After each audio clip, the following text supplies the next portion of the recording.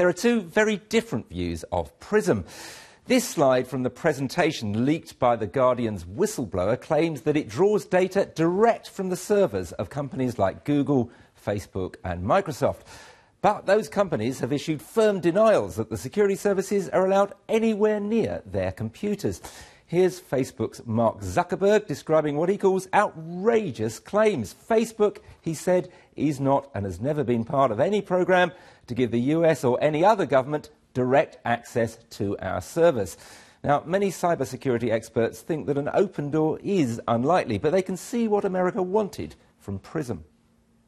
Problem for the intelligence agencies is that so much of our conversations are routinely encrypted, so they can't just put a big tap across the wire. They need the cooperation of the big providers like Microsoft and Apple and Google in order to see the material in the clear. So the issue is, are they getting a wide open access or a much more restricted access and under a greater form of supervision? What we do know is that America's National Security Agency is collecting vast amounts of information from somewhere.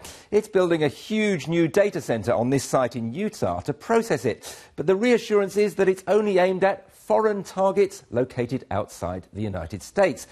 That, of course, could include us, but only if we use American services like Skype, Yahoo, Gmail and so on, which is most of us. So, should we be worried? We use services that are based in California or other parts of the world, and how does that affect our rights? And one of the real questions that's been asked now is, do the actions of the American government infringe not only American citizens' rights, but also European citizens' rights?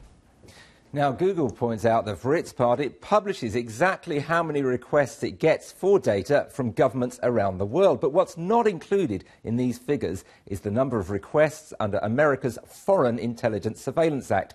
That's secret. And whatever the truth about the extent of the Prism program, one thing is clear. Much of our vital data is now in the hands of American companies, and we rely on them to protect our privacy.